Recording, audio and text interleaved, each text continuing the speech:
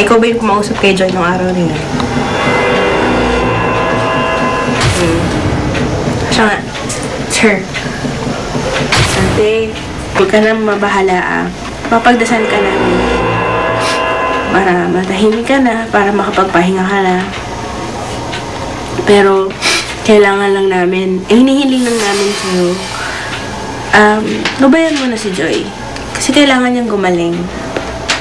Nangangailangan umano ng makakausap ng espiritu at ito ang pakay niya kay Joy. She really needs someone to talk. Ate, hindi ka pwede sumama sa akin. Yeah. Matapos tumanggi ni Gigi sa kagustuhan umano ng espiritu, tila nagalit ito. Nalulungkot ka ba? Bakit?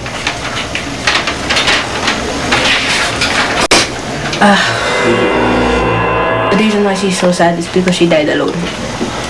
Her name? Parang kay Rob, hindi espiritu ng isang babae ang nakikita at minsan nakakausap ni Joy. Ayaw niya lang talagang sabihin. Again, if it was an 18-year-old spirit, the funny thing was, how come it was making me and Gigi feel sick to our stomach afterwards? Okay? 18-year-old girls don't do that. Now, it could have been... I'm not gonna say this is what's happening, but there's a possibility something happened where it's something posing as an 18-year-old girl, but it's not really is. You know what I mean? Sa isinagawang pagsusuri ng grupo ni Rob at Gigi, tila ibang presensya naman daw ang lumilitaw na maaaring nagpapanggap lamang daw na anyong tao. Iguguhit din ni Gigi ang nakita niyang imahe sa kanyang scrying mirror. Sabi ko, kaya ko i-drawing yung mukha. So, dinrawing ko. Ito. Tapos kinonfirm ko kay Joy, sabi ko, ito ba yung nakikita mo? Umuo siya. Although it took this form, we have reason to believe that this is not even a real form of the spirit it's talking to. It's a familiar. In other words, it's trying to familiarize with Joy. It's showing something comfortable so that Joy will be more open to it. So apparently the fact that it doesn't want to give its name is a sign it's being defensive about something. If it was the ghost of Gigi, if I asked them what's your name, my name is Gigi. Because of course you want to be identified. If it's trying to make a deception, chances are it'll try to hide. And the minute you ask it its name, it'll get aggressive. Ang psychic naman na si Irie Cruz ang sumunod na kumausap sa dalaga. Madalas mo mamiss ang dad mo, no? Pag wala. Madalas siyang wala, di ba? Close kayo ng dad mo, di ba? Pero minsan nalulungkot ka.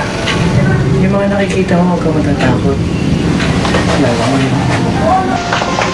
Hindi ka pabigat sa mga magulang, ha? Isipin mo yung mabuti. Hindi naman napigilang mapaiyak ni Joy nang mabanggit ni Irie ang tungkol sa kanyang mga magulang.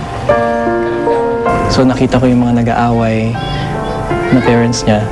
Nakita ko yung friends niyang important sa kanya, unti-unti nang nawawala. And nakita ko rin kung anong mga bagay na, yung mga hinanakit niya na hindi niya makuha ngayon. Basically, ang mga naramdaman niya ngayon is isa siyang pabigat. Kasi iniisip niya, sa kanya lahat napupunta sa panggastos sa kanyang paggagamot, sa dialysis niya. Hirap na po ako nun. Parang gusto ko na rin po i-give up yung sarili ko. Pero sabi ng mama ko, lumaban daw ako. Alam ko naman po, ayaw pa nila akong mawala Dahil mahal na mahal nila ako.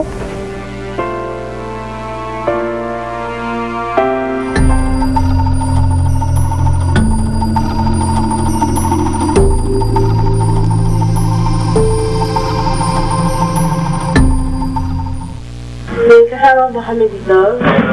May kasama ba kami dito? Kasama ba kami dito?